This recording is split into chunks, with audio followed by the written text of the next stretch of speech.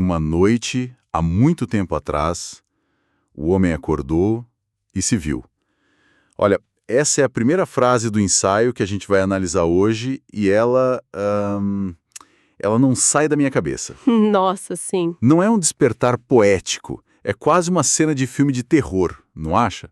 Um susto assim cósmico. Totalmente. A imagem é de uma violência súbita, né? A autoconsciência não chega como uma dádiva, mas como um raio que te acorda no meio da noite e ilumina um quarto que você não sabia que era uma prisão. Exato. É uma imagem que já define o tom de tudo que vem depois. Com certeza. E essa imagem abre um ensaio de 1933, chamado O Último Messias. O autor é um filósofo norueguês que, para ser bem sincero, eu nem conhecia, Peter Wessel Zapfe. E o material diz que ele foi discípulo de Schopenhauer e Nietzsche. O que, convenhamos, já é uma espécie de aviso na porta, né? Abandone toda esperança. Exato. E é bom a gente já alinhar as expectativas assim. O estilo dele não é aquela filosofia acadêmica, super formal. Certo. O texto é quase poético, cheio de metáforas. Zapf não está só tentando provar um ponto.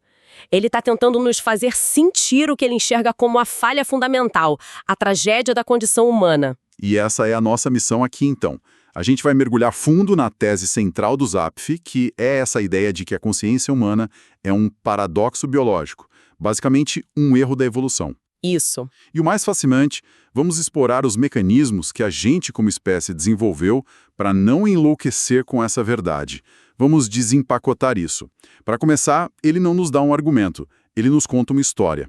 É a parábola daquele primeiro homem que acorda. Certo. Ele se vê, como diz o texto, nu sob o cosmos e sai para caçar. Mas quando os animais aparecem, algo mudou. Ele não tem mais o instinto assassino.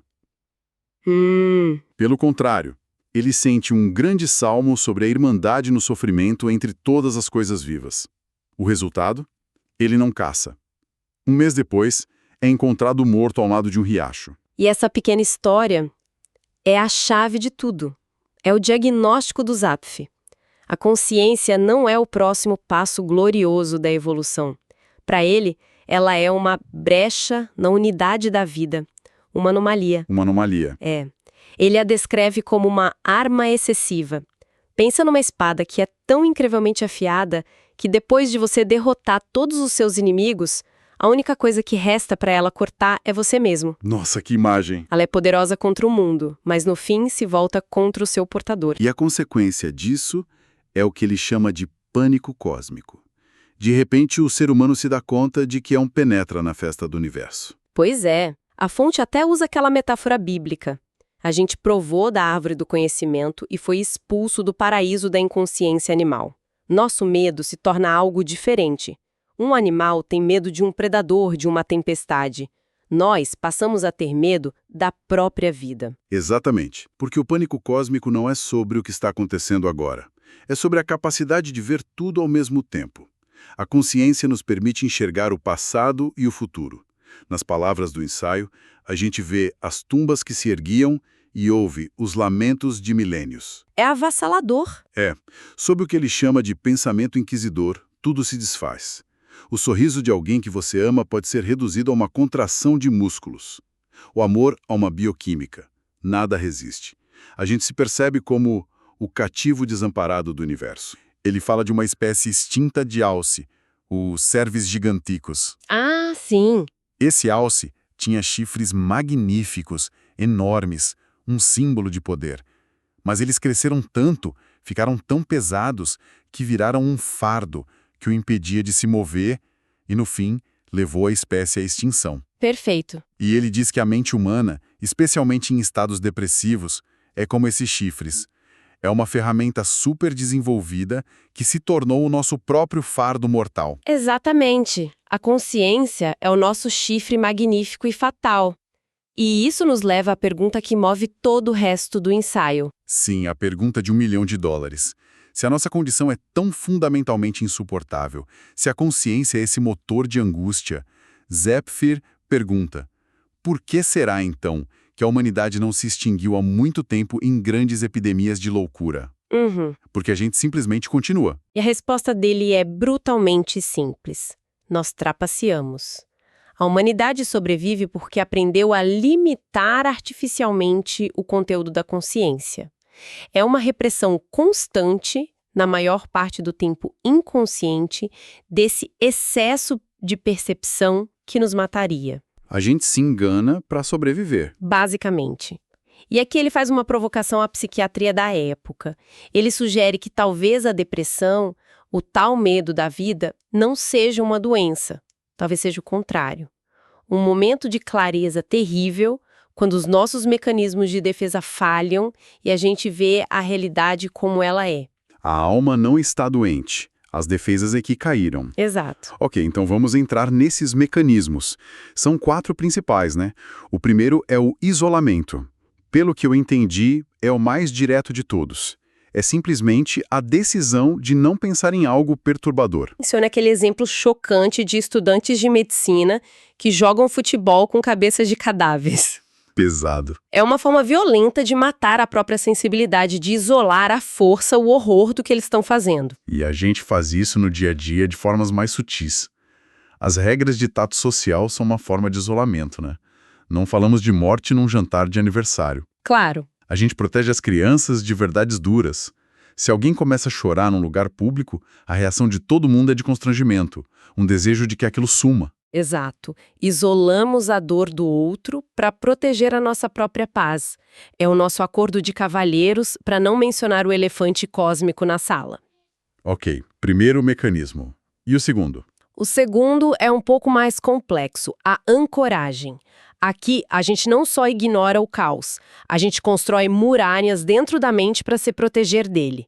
A gente cria pontos fixos, valores que consideramos inabaláveis. As primeiras âncoras, ele diz, são os pais, a casa, a rua.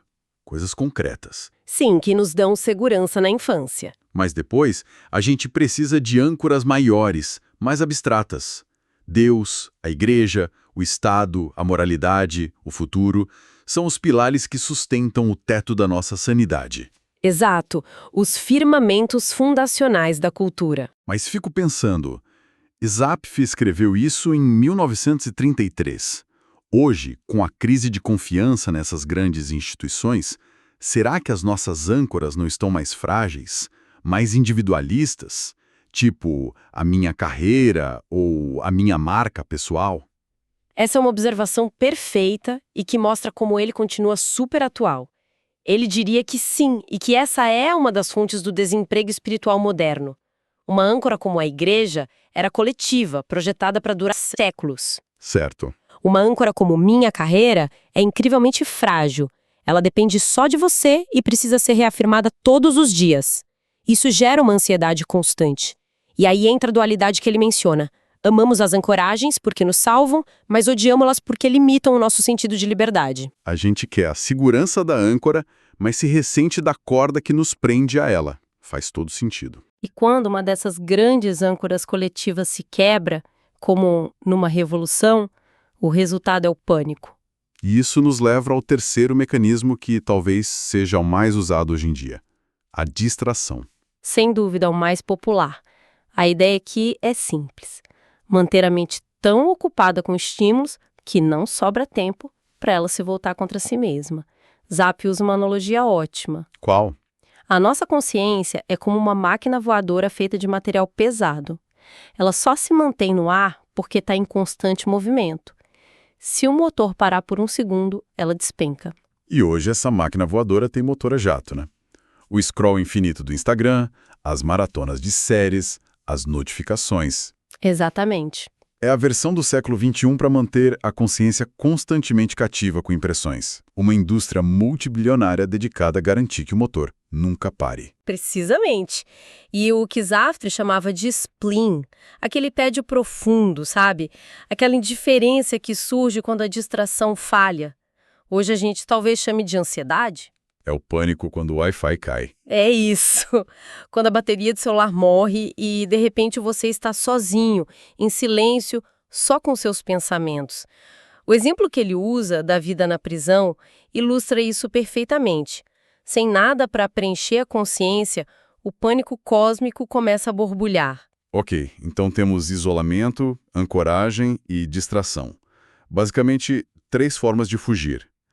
Mas o quarto mecanismo é diferente. É o mais raro e, talvez, o mais nobre, a sublimação. Isso. Aqui não se trata de reprimir, mas de transformar. Como assim? A sublimação é a capacidade de pegar na própria dor, no pânico, e converter em algo valioso. Arte, literatura, filosofia. É olhar para o abismo não com terror, mas com uma curiosidade estética. É transformar o veneno em remédio. Mas ele coloca uma condição importante, né? Não é tão simples quanto sentir dor e escrever um poema. De jeito nenhum. A sublimação só é possível, segundo ele, quando o pior ferrão do sofrimento já foi contido pelos outros mecanismos. Ah, entendi. Ele usa a analogia do montanhista. Você só consegue apreciar a vista de um precipício depois que superou a vertigem, depois que se ancorou com cordas e equipamentos. Se o medo da queda for absoluto, não há espaço para apreciação, só para o pânico. A sublimação é um luxo, então. É um luxo que só se pode ter a partir de uma distância segura do horror puro. E, com uma autoironia genial, ele diz que o próprio ensaio que ele está escrevendo é uma tentativa de sublimação. Ele está pegando na visão mais terrível que consegue imaginar e transformando numa obra de arte para conseguir lidar com ela. É o médico se dissecando. E isso nos leva à parte final do raciocínio dele. Sim, a crítica à modernidade. Ele argumenta que a civilização moderna, ao nos proteger das dificuldades básicas da vida, na verdade piorou o nosso problema. Ela criou um crescente desemprego espiritual. Nossa consciência hiperativa fica sem um inimigo externo para focar, então ela se volta com ainda mais força para dentro, para as perguntas que a gente passa a vida tentando evitar. E ele enxergava os grandes sistemas da sua época, como o comunismo e psicanálise, como tentativas desesperadas de criar novas e gigantescas âncoras. Projetos para aprisionar o que ele chama de excedente crítico de cognição. Queriam dar um novo propósito, uma nova muralha contra o caos. Isso. Mas para o Zapf, nenhuma delas seria a solução final. Eram só prisões mais elaboradas. E é aqui que o ensaio se torna realmente sombrio, quase profético. Ele diz que, enquanto a humanidade se agarrar à ilusão de que está biologicamente destinada ao triunfo, nossas técnicas de proteção vão se tornar cada vez mais brutais. E é nesse cenário que surgirá uma figura final. O último Messias. Mas esqueça qualquer ideia de um salvador tradicional. Esse Messias não vem para oferecer vida eterna. Ele é o oposto. Exato. Ele é o primeiro ser humano que finalmente ousou despir sua alma até a nudez, que encarou a verdade da condição humana sem nenhum filtro, sem nenhum dos 4 mecanismos. É a encarnação da consciência do primeiro caçador. Isso, mas com o entendimento pleno das consequências. E a sua mensagem para o mundo é a conclusão lógica e terrível de toda essa filosofia. Ele olha para a humanidade sofredora e diz: conhecei-vos a vós mesmos, sede inférteis, e deixai a terra ser silenciosa sem vós. O chamado ao fim voluntário da nossa espécie. Não como um ato de desespero, mas como o único ato de verdadeira compaixão. Um antinatalismo radical. E o destino dele, claro, é trágico. Ele é atacado e morto, mas não por tiranos. Zapfer escreve de forma mordaz que ele é morto pelos fabricantes de chupetas e pelas parteiras. Pelos agentes da continuação da vida. Pelos agentes da perpetuação do ciclo. Este Messias é o descendente daquele primeiro caçador que morreu de fome. Sua morte fecha o ciclo trágico da consciência. Uau! Ok, vamos tentar resumir isso. A tese central do Zapf é que a nossa consciência é um acidente da evolução, uma ferramenta que nos joga num estado de pânico cósmico. E para sobreviver a essa verdade insuportável, nós usamos um kit de primeiros socorros psicológico com 4 ferramentas. O isolamento, para não pensar, a ancoragem, para criar certezas artificiais, A distração, para manter a mente sempre ocupada e, muito raramente, a sublimação, para transformar a dor em arte. Perfeito. E fica aqui uma reflexão final. Zapf escreveu tudo isso em 1933. Ele não conheceu a internet, as redes sociais, o entretenimento 24/7 na palma da nossa mão. Sim. Ele visse o nosso mundo hoje, o que será que ele pensaria? Por um lado, ele talvez dissesse que nós aperfeiçoamos o mecanismo da distração a um nível que ele jamais poderia imaginar. Mas, por outro, será que ele não argumentaria que estamos esgotando nossos mecanismos? Que a nossa busca incessante por novas distrações e a fragilidade das nossas âncoras modernas estão, na verdade, nos aproximando perigosamente daquele inferno que espreita embaixo, prontos para despencar no momento em que os nossos motores finalmente falharem?